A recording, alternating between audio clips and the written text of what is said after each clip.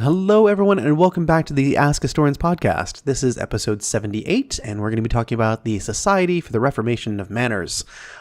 And just to keep in mind that manners in this case will involve descriptions, somewhat vague descriptions of sexual acts, but, kind of the acknowledgement of sex. So this might not be the one to listen to with your kids or your grandma in the room, or possibly both the kids and the grandma, or if you have particularly sensitive pets, maybe not put them out of the room for now. But enough silliness. It's the first podcast of the month, because we're back after a break. And so we're going to do our book giveaway. So we're going to offer up two books here that are from historians who have done AMAs on our main sub on Ask Historians. You can check out those question and answer sessions after the podcast. And so the first one, of course, is from David Andrus, and this will be The Terror, the Merciless War for Freedom in Revolutionary France. Next, we have from Michael A. Cohen, The American Maelstrom, the 1968 election and the politics of division. Kind of topical, right? And then, of course, I'm going to slip in my own little bit of archaeology here with Edward Montes Moctezuma's The Great Temple of the Aztecs, Treasures of Tenochtitlan. And then finally, from our guest today, we are going to be offering up The Origins of Sex, A History of the First Sexual Revolution. And that's recommended by our guest that we're talking to today. But the book is by Faramir Dabwala. You'll hear him cited a couple times in the episode. So all excellent books. And so we will do our little raffle here and see who's going to get the book today. And our winner this month is going to be Alex Gidumal. I'm probably mispronouncing your name, and I apologize for that, but I'll send you a message on the email that you have listed on the Patreon account, and we'll find out which one of these books you want winging its way to your door. And again, if any of you who are listening want to get in on this action here, you can support us on Patreon. That's patreon.com/AskHistorians. And, anywhere from just $1 a month gets you one ticket in the raffle, and then increasing money gets you increasing tickets.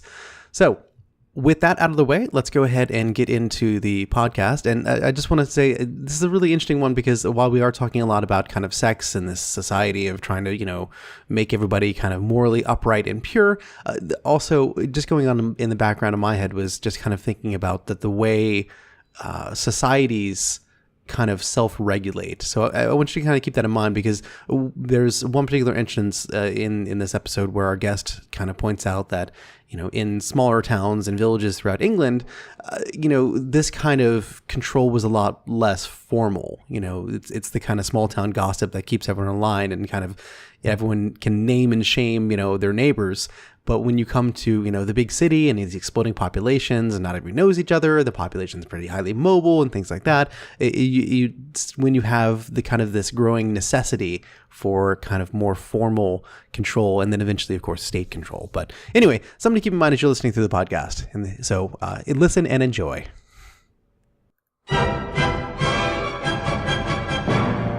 Welcome to the Ask Historians podcast. Hello, and welcome to another episode of the Ask Historians podcast. Today, I'm here with Brian Watson, who writes on Ask Historians as AnnalsPornographie. And Brian, before we get started, why don't you go ahead and give us an introduction of kind of who you are, and then kind of lead us into the topic that we're going to be discussing today. Hello, Sean. It's a pleasure to be here. Thank you for having me. My name is Brian Watson, like as you said. I'm an adjunct professor of history up at New England College, and I've also been teaching otherwhere. I got into this subject. Is that where we're going? I got into this subject in particular for my master's program. What we really had to do was try to do something unique and interesting that's never been done before.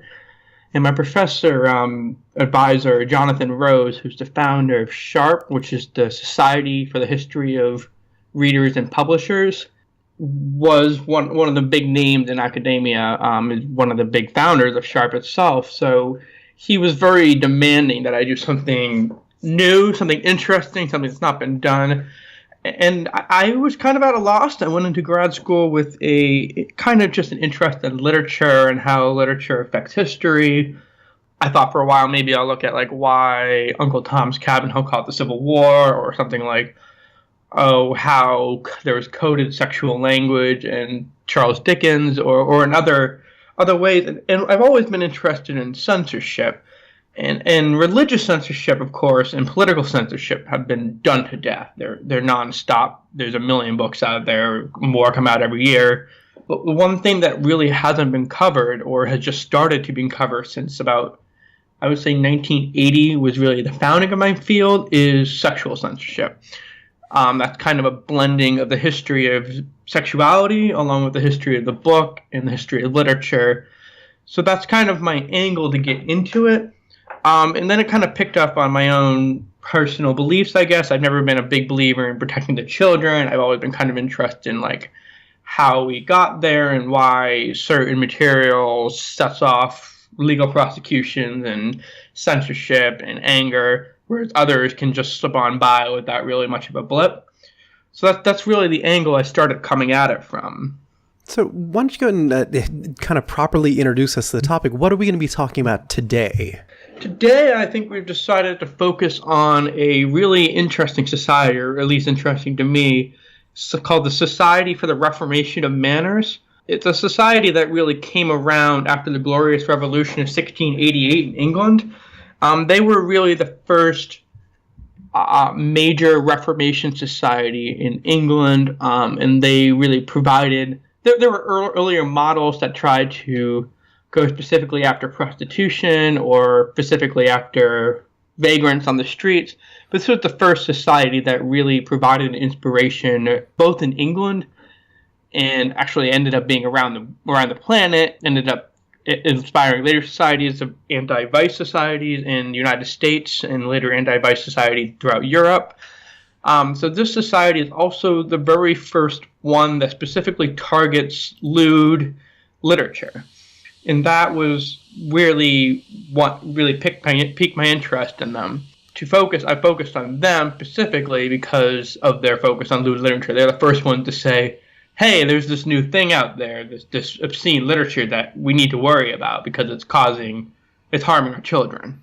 Yeah, I mean, naturally, a society that's looking to, reform, the morality of society is clearly seeing something that is not morally right in that society itself. So, I mean, what kind of specifically, what was society like at that time? Are we talking, the end of the Glorious Revolution? Did it really kind of harken in a time of exceedingly loose morals in England? The society itself was reacting against the Restoration Court under King Charles II. Charles II was restored into the English court after the Puritan Revolution in England. I'm not sure of the dates of that off the top of my head, but after the Puritan Revolution in England, which was seen as a very, the word they used was spiritual authoritarianism. That's all over Cromwell and much of the when the Puritans took over England and managed to control it for many years.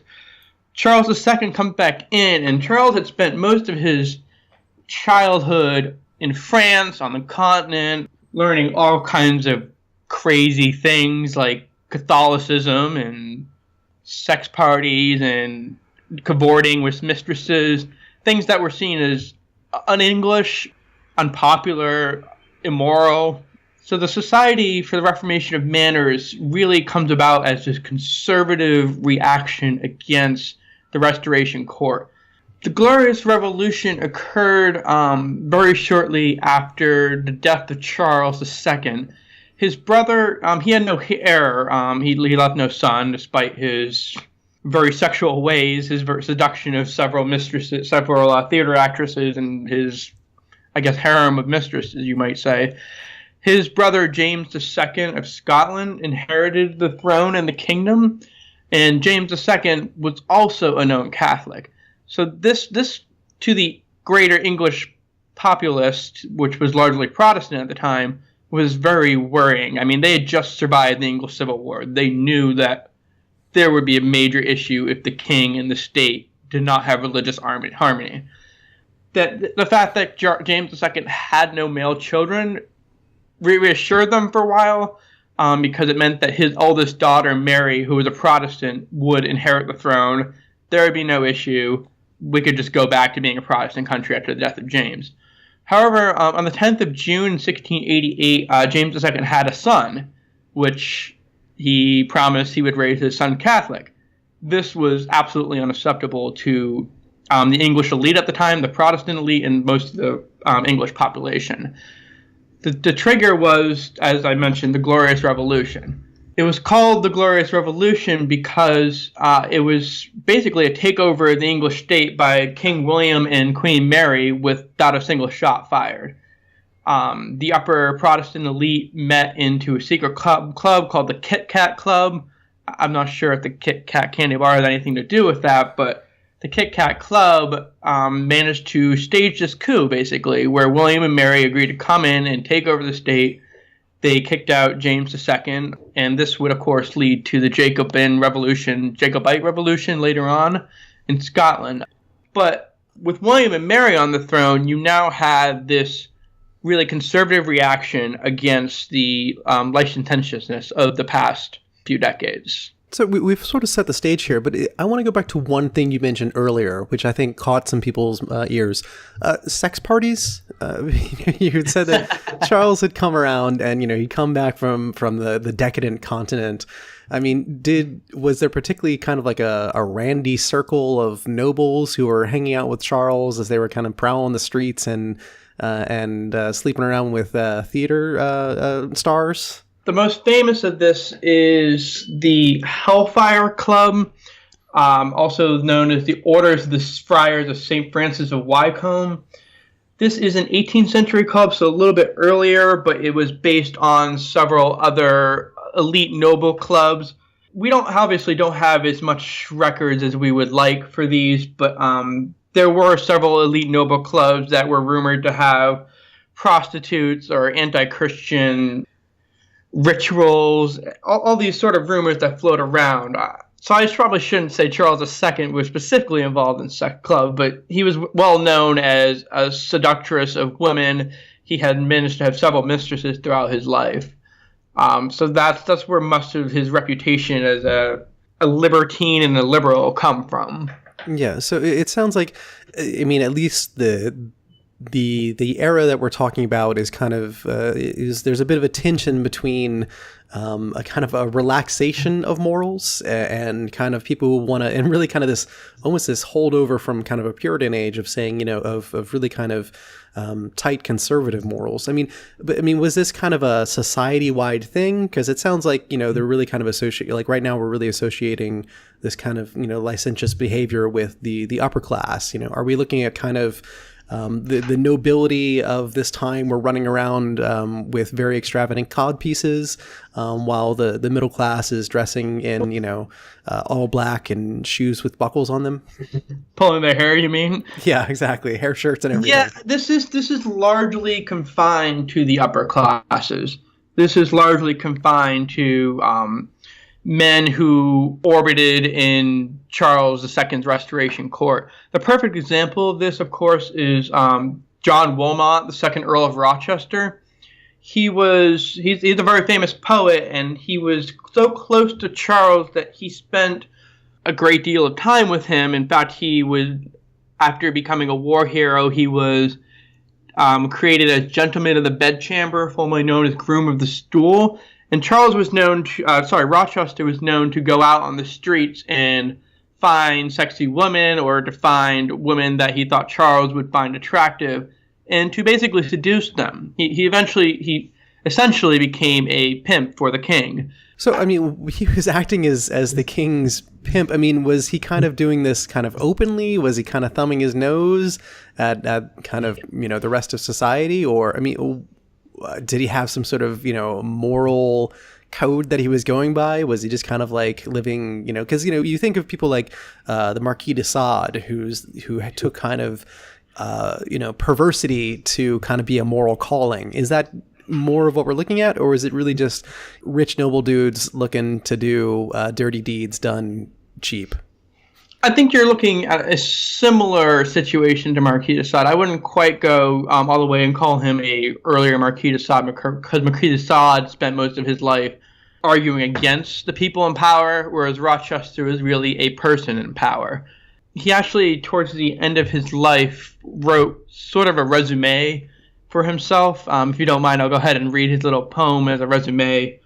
So Rochester goes, Son of a whore, God damn you, can you tell? A peerless peer, the readiest way to hell. I've outswilled Bacchus, sworn of my own make, oaths that would fight furies, make Pluto quake. I've swived, fucked, more whores than ways in Sodom's walls ever knew, or the college of Rome's cardinals. Broke houses to break chastity, and dyed that floor with murder, which my lust denied.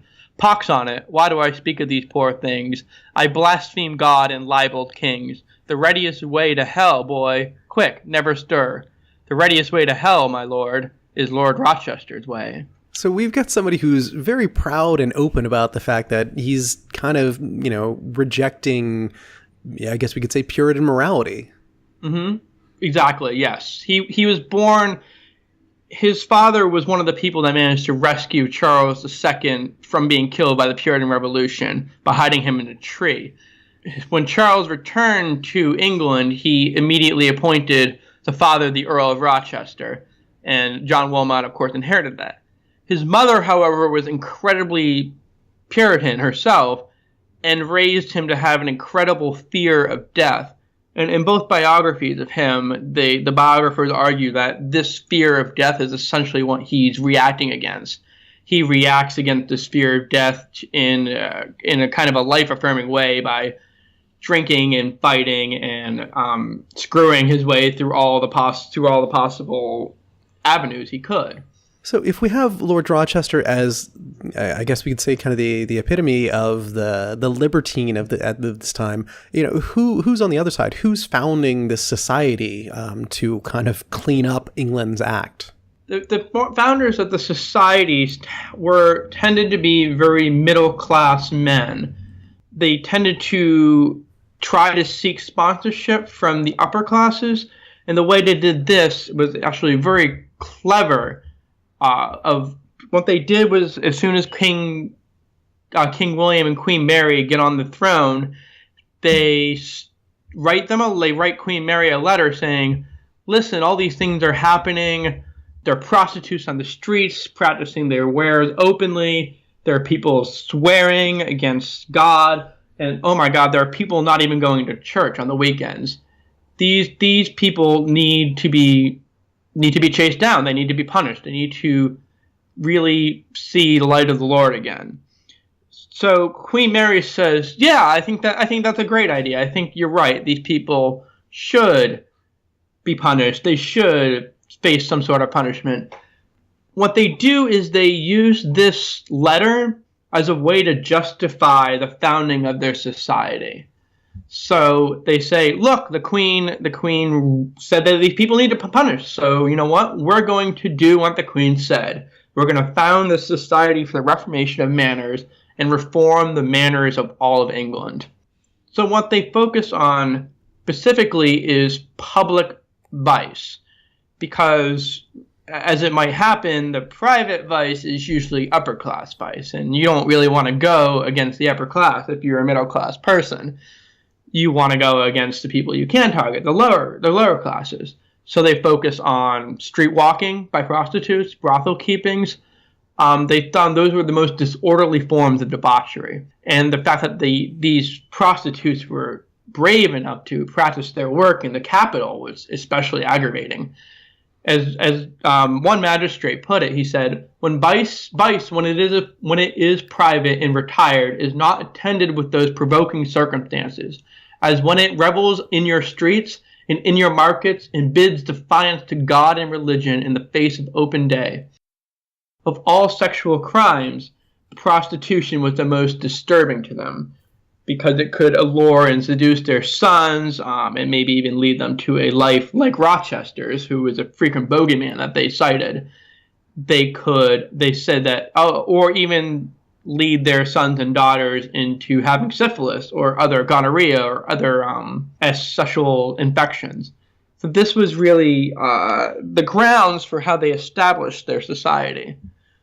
So, I mean, this sounds also like it's a kind of, as we would say in our modern parlance, a classic example of punching down when it comes down to it. Because, I mean, it sounds like, if these were primarily middle-class men, and it sounds like their major target was lower-class women, then it sounds like a kind of an example of reforming the morals of the people who you can have power over, rather than kind of, reaching upwards to these, any kind of nobility that could slap you down. But I mean, is this also kind of an example of how, because especially kind of later on in the modern era, we see this kind of attempt for middle class people to very distinguish themselves from upper class people. And I recall actually in a previous episode on health hygiene at the time that kind of hygiene was a way that middle class people distinguish themselves from lower class people. Is kind of a moral hygiene at this time also a way that these middle class people would distinguish themselves from kind of the lower class of society? That's absolutely how they wanted to distinguish themselves. They had such a fear of what these people looked like and the disordered way they lived their lives. I'm quoting here from one of their founding documents, but they say, prostitutes and disorderly people on our streets allure and tempt our sons and servants to debauchery and consequently embezzle and steal from us to maintain their strumpets. Here, 'tis to hireling consume their wages, that they should pay debts to tradesmen, and to buy bread for children. Thereby families are beggared, and parishes much impoverished. Here, 'tis bodies are poxed, and pockets are picked out of considerable thumbs. The revenge of which injuries frequently occasions quarrelings, fightings, bloodsheds, clamors of murder that is, and sometimes at midnight, pulling down the signs and parts of housing, breaking of windows, and also other tumultuous riots, routs, uproars, to the great disturbance and disquietment of their majesty's peaceable subjects. What they're really noting out is that we don't have police forces in London at this time. This is really a kind of transitional era where in previous generations, men of each household will go out and be the night guards. They would watch a particular neighborhood and they would trade off, like, you might have Wednesday night, go out and make sure there's no drunk people out in the streets following prostitutes. If you find a prostitute, you can make sure to send her to the church court and get her humiliated and punished. And this isn't happening as much. London is growing at a stupendous pace. They can't control people's sexual moral anymore. They managed to do a good job of controlling people's sexual moral for many more years out in the cities and in small towns. And you might say that still today in small towns in England and around the world that people are still involved in each other's business as a way of controlling drama or controlling the most animal sides of human nature. What they're moving to eventually after this era is they're moving to a sort of paid police force. But we really don't see that paid police force established until about 1800, about 100 years after this. So what they have to do is they have to create a organized and structured society to try to calm down this chaos they're seeing in their neighborhood. The society really gets going in the Tower Hamlet area of London. That's a small section of London that was really seen the most incredible growth because rents were cheap and it's right outside of the city and it's easy to get into the city. They had a rotating committee of 9 people elected monthly to cope with day-to-day administration. They charged people a certain amount of fees, and they would pay constables. So this was the very first time you begin to see paid constables on the street. They're like, we don't have the time to take care of this ourselves. We're going to pay other people to take care of this for us. So this Tower Hamlet Society is what it was called, grows into the Society for the Reformation of Manners when they finally get this letter from the Queen. They managed to blow it up. They take the structure of a small church society and they blow it up onto a citywide and somewhat to a national scale. They start off in the bottom. There's 4 levels to societies. The first society is made up of persons of eminency in the law, members of parliament, justices of the peace, as they said. So the first society is really like, oh, we're going to get our celebrity endorsements in. We're going to get this member of parliament to make sure we got that support from parliament. We're going to get this bishop to make sure we have that religious support. And they of course support the mission, and if you're a bishop you might preach on it, but they also donate money. but they don't really concern themselves much with the day-to-day running of the society. They might lobby for new laws against vice, and sort of a side tangent, they did try to pass new vice laws when King William and Queen Mary came on the throne, and they almost succeeded in passing several laws against vice that would have made drinking and swearing and prostitution punishable by death in many cases. The law almost got passed and then just kind of fell apart at the last second due to some budgetary changes, but they were kept trying to push this because they wanted to reform morals from the top to the bottom in society because of what they had seen happen over the past few decades with Charles II and James II. The Second Society was really the main body of society. They focused on, quote, suppressing lewdness and sexual license, swearing, drunkenness, profanations of the Lord's Day, and the publications of the names of convicted offenders, called the Black Roll.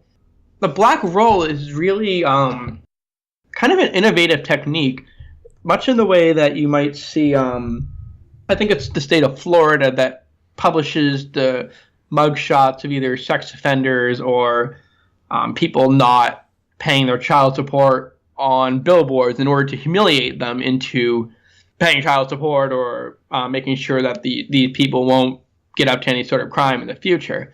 So the Black List or the Black Roll, they listed the wrongdoers, everybody captured on this name, and they post this giant list up in public spaces, on an alleyway, on a message board, and they'd read them out until the people had paid their fines. They'd say, well, here's Mr. Tom Smith. He was found frequenting prostitutes in the Tower Hamlet area. He was fined 2 pence or 1 shilling, 2 pence or something like that. And until Tom Smith paid his 2 shilling, 1 pence, he would not be able to get his name off this list. So it was a kind of a naming and shaming campaign. And this is Second Society is mostly middle class. I would say probably upper middle class people. You see like owners of shops. You would see publishers here, or print houses rather, in this era. This is kind of like the upper middle class that kind of really organizes and moves the society. And then below this is the Third Society. They're the strong arm of the movement. They are the constables and the guards. They split London up into patrol zones and precincts, and they coordinate among themselves. They say, well, I know Constable John really does not like prostitutes, so we found a prostitute in Precinct 5. Why don't we go get Constable John and bring him over to Precinct 5 so he can arrest these women? So this is probably the first attempt at your early police force. Later police forces would adopt this model.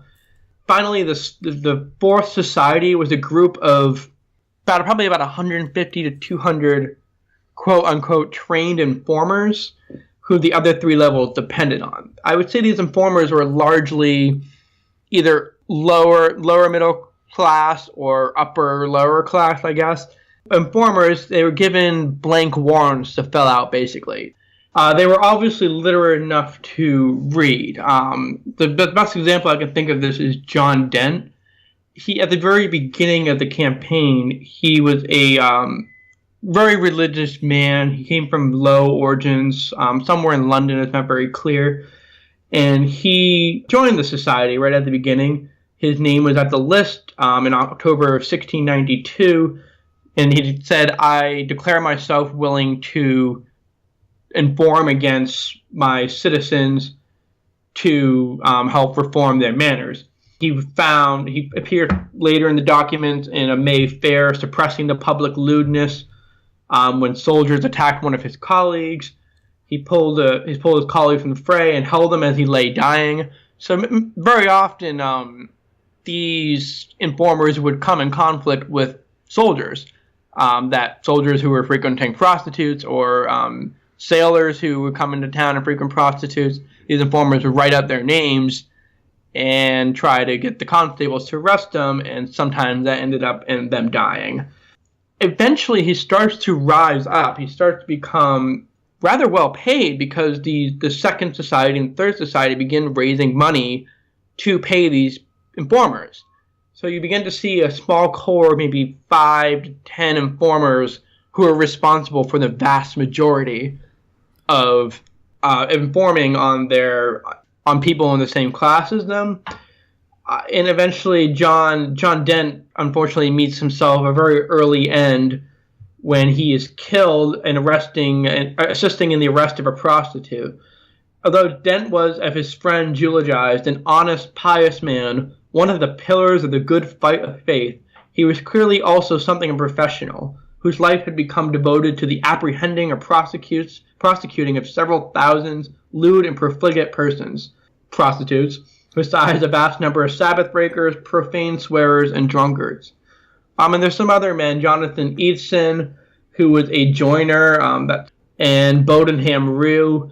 He was a poor man who came from an even more impoverished family, but he managed to make himself a rather lucrative career going after these women and men who offended the values of the society. So how extensive really was the presence of the society throughout? I mean, let's just keep to London here. I mean, were people looking over their shoulders every time they wanted to say "goddamn" or something? You know, were people spitting on the street? You know, having informants jump out of the shadows and grab them? You get to a very important point. If you look at just the numbers. From the founding in 1688, the Manners Society the Manners Society is my nickname for the Society of Reformation of Manners, for about 30 years. At first, they're really successful. Their black rolls show 1,200 convictions for the year 1700, 1,259 in 1701, almost 1,200 again in 1702. In fact, one of their members, Josiah Woodward, noted that there were within the first 11 years duplicate or copycat groups founded throughout the world. There are societies founded in Coventry, Chester, Gloucester, Liverpool, Nottingham, Derby, Canterbury, Leeds, York, even other cities, America, Belgium, Denmark, Germany, Holland, Jamaica, Switzerland, Sweden. It's a really popular idea. It seems like a really great idea. So if you look at all these numbers, it would seem that this Manor Society was being very successful in driving down London's immorality. And in fact, one scholar, Faramers Dabiwala, suggests that the Society for the Reformation of Manners was responsible for every single homosexual and the majority of prostitute prosecutions in this era. So it seems like they're being very successful, but when you go back and you look through the names of the Black Roll, as I did, I poured over all the editions of the Black Roll in the British Library, what you begin to see is a lot of the same name over and over again. So over a quarter, I believe, of the people that appear on the list appear on there more than once. So in some cases, you have people appearing on the black list 5 or 10 times a year because they've been arrested again and again and again for prostitution. So that was a really good way of boosting up the numbers. And it's a way of, I guess, boosting up the numbers of police forces even to today. It's kind of a go out and round up the usual suspects kind of thing. Go out and round up the usual suspects every day or every week. And they got a little money at the top every time they got somebody. So say you have Mr. Jonathan Dent going out there and getting 300 people. Well, that's a pretty solid money for a week. You'd be able to live off that and probably raise a family off that, which I believe he did. Later on, the numbers in 1708, for example, reach as high as 3,200 people, almost double the amount that you had seen in 1700. So, if anything, the number is going up. London is not being reformed. London is growing, and London is getting more immoral. I mean, couldn't this also be a case of, they're simply expanding their operation and they're finding more people, going out? Or is this really just kind of, they're more vigorously prosecuting the same people over and over again? Like, I guess I'm more interested in kind of like their operational direction.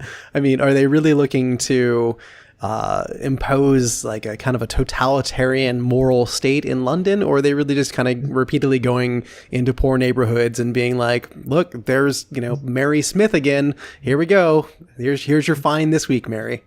Well, yeah, but for about 1,000 of the people that kept appearing on that list, but then they found another 2,000 more, the new names that kept appearing on this list. So yeah, it was that they kept arresting the same people over and over again and making them pay fines again and again. Also, I forgot to mention this earlier, but Mary Smith, for example, was a pretty common name. Mary Smith seems to have been the most popular prostitute in all of London because she appeared on that list hundreds of times. So prostitutes were obviously using fake names, and that gets to a key aspect of this is that as their campaign goes on longer and longer, they begin to become an increasingly tenuous legal ground. They begin to find themselves in a worse position because these prostitutes or these drunkards or these brothel owners begin to become more legally sophisticated. They begin to realize, like, oh, no, wait, if we hire a lawyer, we can tie them up in court for 3 months, 4 months, 5 months, and suddenly the cost of prosecution begins to go up and up and up. You begin to see the people that they are prosecuting fighting back. Yeah, because, I mean, the legal justification for the society is basically, I guess kind of like a royal charter saying you have the authority to go out and find people. Not even that. Like, there's not even a royal charter. Basically, the Queen comes out and says in the very beginning that her letter was just saying, we implore our citizens to be good citizens, to not get drunk, to not curse, and to make sure they go to church every day. And this society goes like, oh, well, the Queen's upset, let's fix it. So, really, if someone from the Third Society, the kind of constable force of this society of manners comes over and it says that you were told that you were you're drunk in public, and you are drunk in public, and hands you like a written fine and says, if you don't pay this, we're going to put your name on a list telling people that you're a bad person. I mean, Do you have to, or you can just be like, thanks, man, and then just kind of crumple the paper up and walk away? I mean, what's the actual police powers of the society? There is no police policy, but what essentially would happen is, like, they say somebody drunk in public, they'd be like, okay, go get the constable, and the constables, they're rather informal sort of police force that has some authority to arrest people or to fine them, and so they would go. In fact, I'm going to kind of jump somewhat to the end, but like at the end of the society. So the case that really spelled the death of the society in 1702 and 1709, one of the informers goes and notifies the constable that, hey, there's this woman walking down the street with these two sailors. She's probably a prostitute. Let's go arrest them all and find them and put them up in stocks, make an example of them. So they go down to the docks to try to arrest them. And the group fights back. Almost 40 soldiers of the guard and 1,000 sailors riot right there. And they fight back against the constable trying to arrest them. One of them is mortally wounded. The other one's stabbed to death in order to protect the woman who was with them. The case where 1,000 sailors protested, it was called the Body House Riot. The sailors... Over 1,000 sailors busted the prostitutes out of jail and freed them before they could be brought to court. So this was both a popular resistance against the middle class. The lower classes were, in a way, kind of resisting against the middle classes. This turns into a major debate in 1709 when it goes to court. I'm going to quote from Fairmuse Dabawala here. He says, in 1709, the trial of 3 soldiers turned into a major debate about whether an officer could lawfully arrest a prostitute if she was only soliciting, rather than actually having sex. Before 1688, this would have been an inconceivable question. No one would have doubted that a common whore could be summarily punished. But the actions of the society made it for the first time a matter of serious debate how far the law should be stretched to correct the morals of even of harlots and scoundrels. Legal opinion was increasingly skeptical. What? Exclaimed the Lord Chief Justice Sir John Holt. Must not a woman, though she be lewd, have the liberty to walk quietly about the streets? Why, a light woman has the right of liberty as well as another to walk about the streets. It was insupportable that the liberty of the subject shall depend upon the good opinion of the constable. To arrest a woman upon bare suspicion that she was lewd, is that not against the Magna Carta? So it sounds like really the moral, well, I guess the legal argument there is really you would actually have to catch a prostitute either in the act of sex or I guess getting paid for the act of sex. But, it's setting that kind of high legal bar there. It does. And at the end of this case, they rule that these warrants are irregular and illegal. And this basically destroys their entire legal argument for being able to bring these prosecutions, because you can pass a law, but until it goes all the way up to the Supreme Court, that law can always be ruled irregular and illegal. And this is exactly what happens. It goes up to the highest court in the land.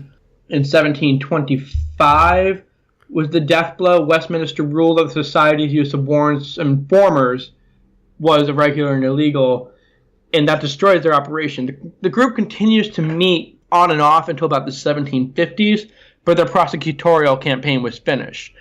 They had essentially failed. They haven't managed to reform London. They wanted to reform London because this public, to them, you can kind of look at it as like, to them, these poor morals meant that their sons were going to be corrupted, their daughters are going to be corrupted, and that meant we weren't going to have good soldiers. That meant we weren't going to have good housewives. If we don't correct these morals now, if we don't stop the city from corrupting people, then they're going to fall apart, and therefore the country is going to fall apart. Well, so I mean, if that kind of brings about, if essentially they kind of lose a legal case and kind of lose their prosecutorial power, I mean, did the society have any kind of noteworthy legal effects or legal victories or kind of, anything that might echo down through the law in terms of, restricting vice, whether it be, prostitution or public drunkenness or like publication of obscenity or anything like that? Actually, yes, they did have kind of accidentally a major impact on English law going forward. In one of their final acts, I guess, the society before their warrants were ruled illegal, probably within the last few years, they went after Edmund Curll. Curll was a publisher. He came from a middle class. He worked very hard at what he did, but he was one of these publishers who was trying to go from the lower middle class to the upper middle classes to create a comfortable life for himself. We don't know much about him, but he's one of my favorite historical figures of all time. His first biographer, 1927 biographer of Ralph Strauss, really gives my favorite character description ever. Strauss says, "There was never a man who was called by so many names. There was never a man who succeeded at irritating almost beyond endurance so many of his betters, and nothing could make him see the error of his ways. He just continued to irritate. If, for instance, the objection was raised to some book of his, of the bawdier kind, it would likely as not be followed by another even more scandalously improper.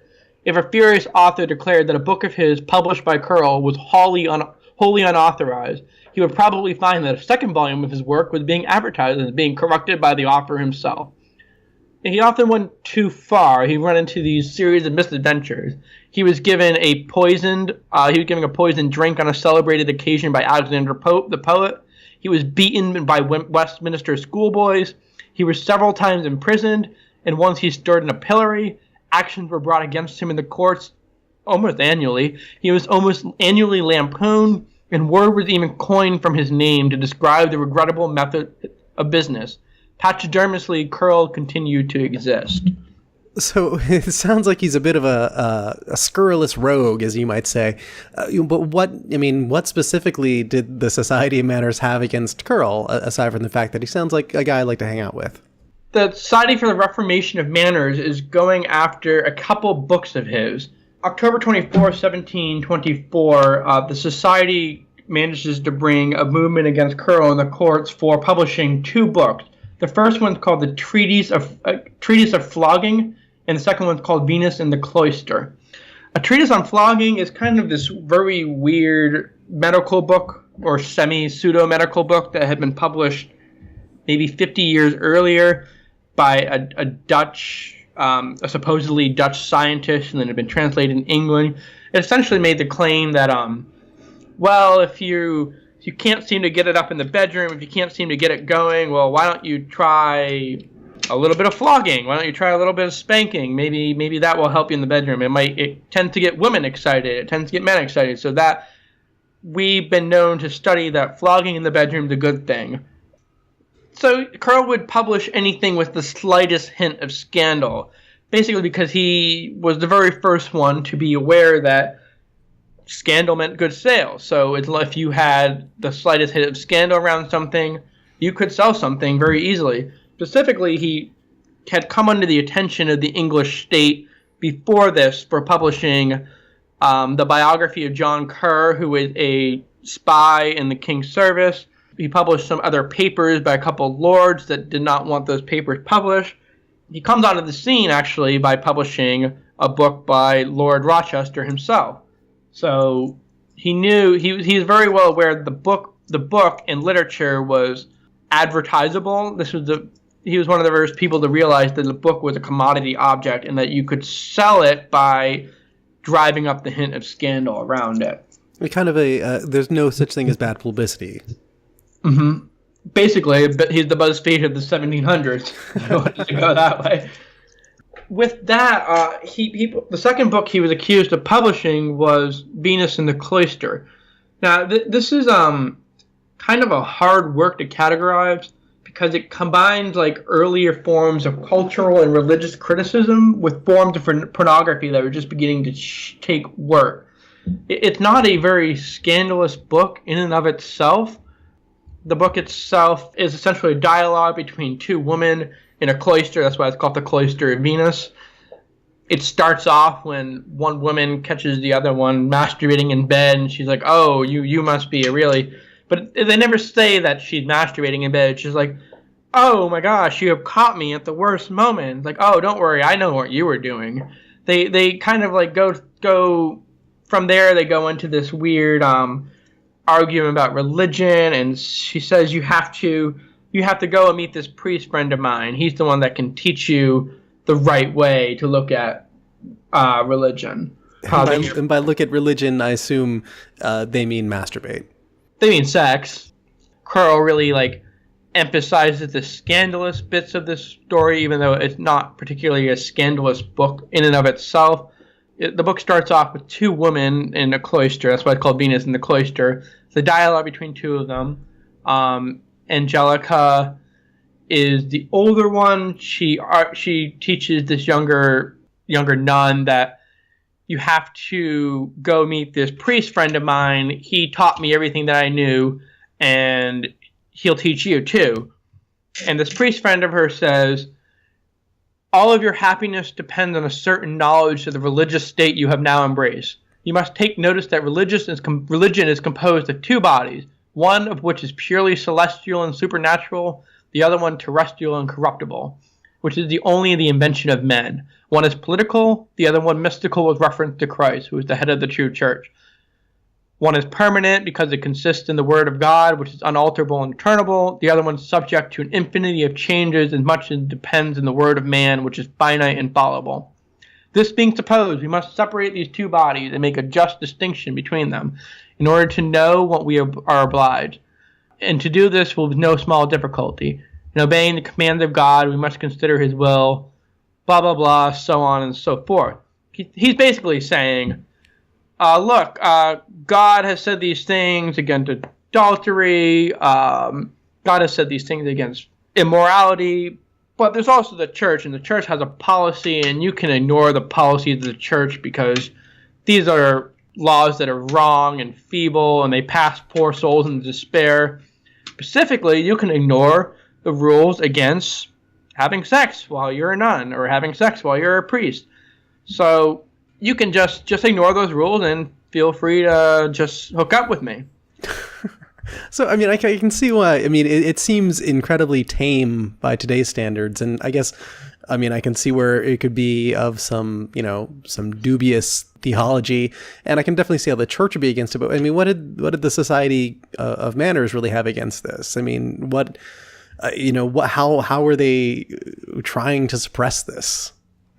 It is very tame, and I'll just quote the most scandalous passage from this book to kind of see you can kind of compare it to your own understanding and see what the big difference between what they are getting at and what you're understanding. The most scandalous moment of this book comes when Angelica is sitting in a kind of a graded area, and on one side there's a monk talking to her, and he's trying to seduce her and play fun with her, and on the other side is her, and she says, "But there's still this problem of this pesky metal grate between the two of them.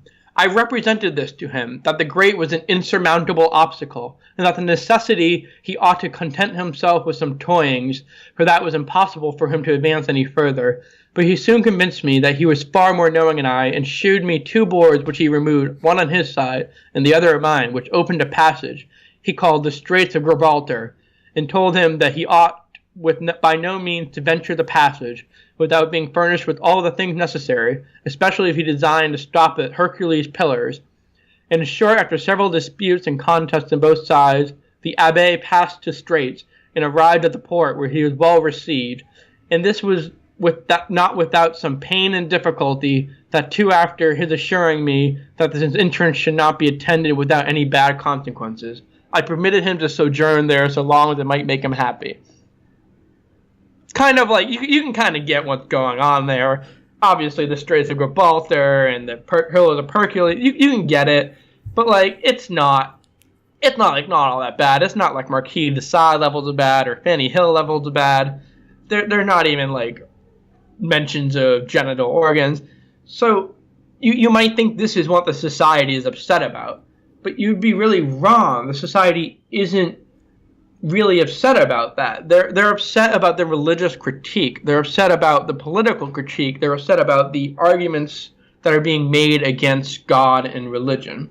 So when Curll ends up in court, the King's Bench was the highest court of the time, he pleaded not guilty. He argues that the first work, the Treatise on Flogging, was a medical test, and therefore it's not subject to the usual standards of propriety. And as far as Venus in the Cloister goes, Curll's lawyer argued that there is no evidence that Curll had published the text, because his name was not on the front cover. This is an argument not very convincing. But he argued further that there's no law prohibiting the translations of books, either out of Latin or French or to any other language. So we can't presume this to be a libel. Curll's lawyer was correct. There really is no definition of obscene libel before he went on trial. In fact, this trial is the one that would create the concept of obscene libel, which then go on to be called obscenity, then go on to be called the anti-pornography laws. So he's quickly found guilty. They said, no, that's not a very convincing argument. And but then the lawyer said, no, this isn't the right court for this. Before this, in England, if you offended morality, you would go to what was called the church court, and the church court would mete out their own sort of punishment. But the church courts, much like the older methods of policing, are collapsing during this time. They can't keep up. They don't really have the authority to prosecute people. They try to kind of reestablish themselves after the Puritan Revolution, but they never really managed to get themselves going again.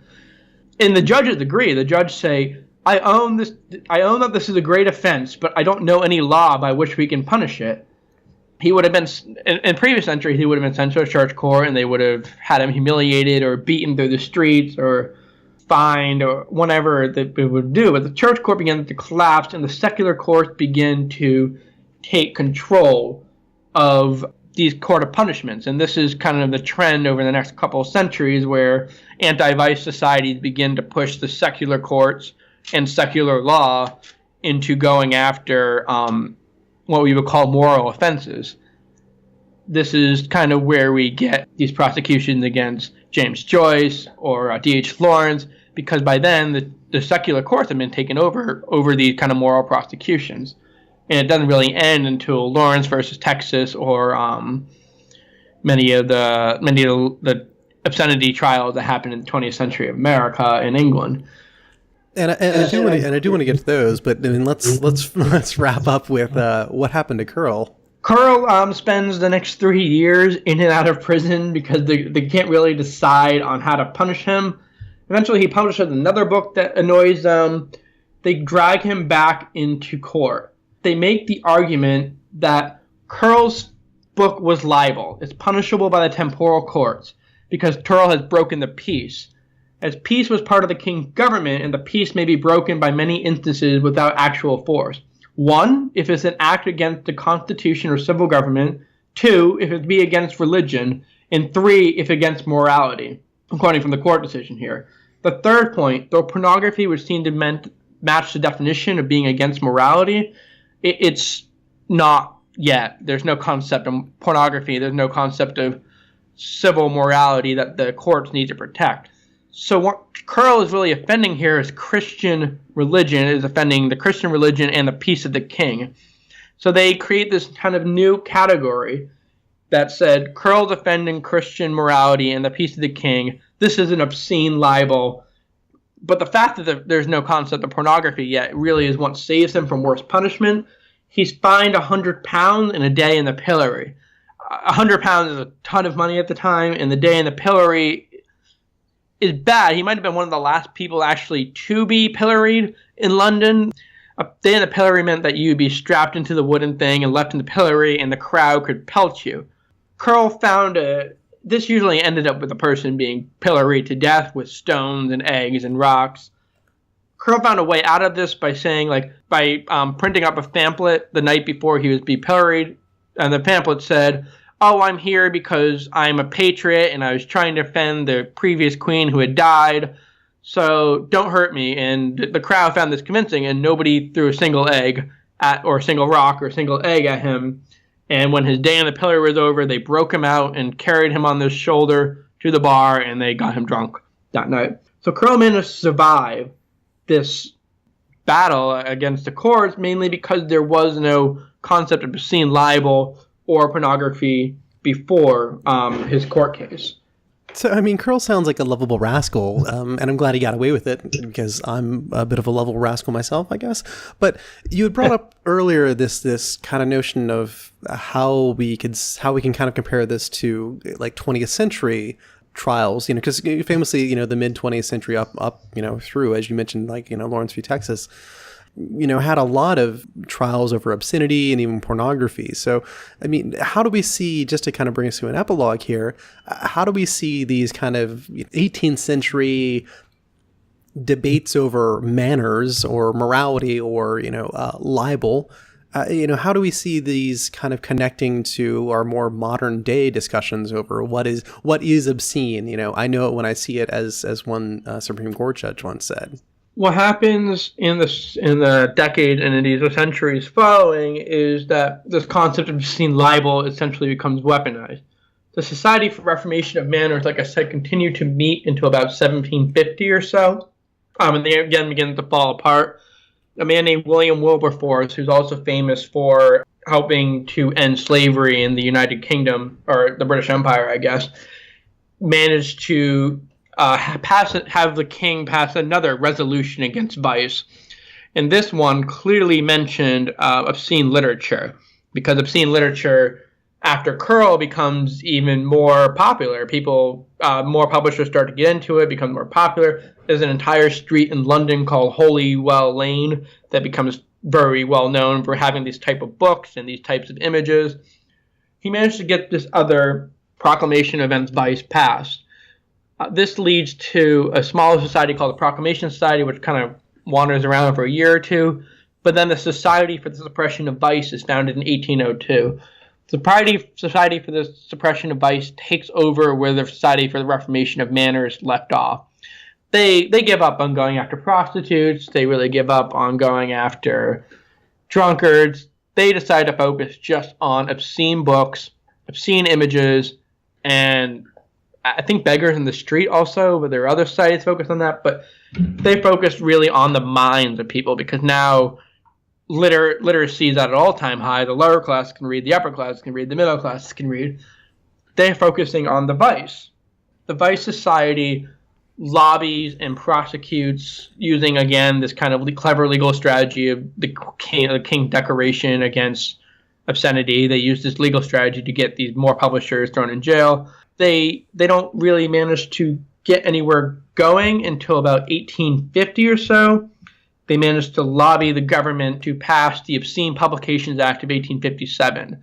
This is basically transferring this pressure group, which is the Vice Society, become the pressure groups to transfer their prosecutions into the government's hands. After 1857, government takes over the prosecution of vice, of pornography, of obscene images. They go so far as to decide they can't reform this street in London called Holywell Street, so they just have the whole thing bulldozed and they build another street over it called Kingsway today in London. You can go down there, it's in the Strand. Actually, I went there recently to London to visit, and the only thing left of Holywell Street is this tiny little sign saying, there was a sacred holy well here that people came to visit. It's no longer here. So they go so far as to just bulldoze roads and throw people in jail. This, again, becomes weaponized after World War I, when you start to have publishers like, start to have authors like James Joyce and D.H. Lawrence. The government began to take on this role. They, through the end of World War I, through World War II to about 1960, 70 to 80 or so, that is when you begin to see arguments made in the court case that the government has no right or role to be going after works like this. And that's where we bring it really into the modern day, is this Society for the Suppression of Vice really creates this conception of pornography, building off the category of obscene libel. They call it vice, and the word pornography becomes popularized in about 1840 or so. First, it's used to describe things they found at Pompeii. Then it's used to describe prostitution, but then it began to be used to describe a specific type of work. And this is the type of work that the Vice Society in England and other places convinces the government they need to go after instead of them as an individual society. All right. Well, Brian, I want to thank you so much for giving this kind of whirlwind tour through, pre-pornography eras in London and the Society for the Reformation of Manners. It was my pleasure. Thank you for having me today, Sean. And as always, thank you all so much for listening, and a big thanks to our Patreon supporters for keeping the show going. I'm going to make this outro bit short because I was a bit long-winded on the intro part, but our next episode coming up will be on U.S.-Cuban relations, a kind of political relationship there, an overview of basically several decades of the problematic relationship there.